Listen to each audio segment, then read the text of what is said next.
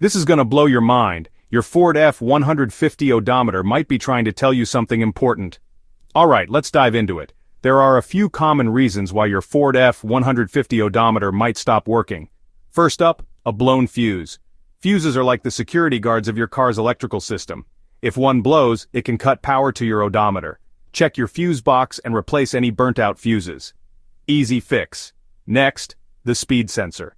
This little gadget sends info to your odometer. If it's faulty, your odometer won't get the data it needs. A quick trip to your mechanic can sort this out. Then, there's the odometer itself. Sometimes the problem is internal. Worn gears or a malfunctioning digital display can cause it to stop working. In this case, you might need a repair or replacement. Don't worry, it's not as scary as it sounds. Lastly, let's not forget the wiring. Loose or damaged wires can interrupt the connection. Inspect the wiring for any visible issues and secure or replace as needed. So there you have it.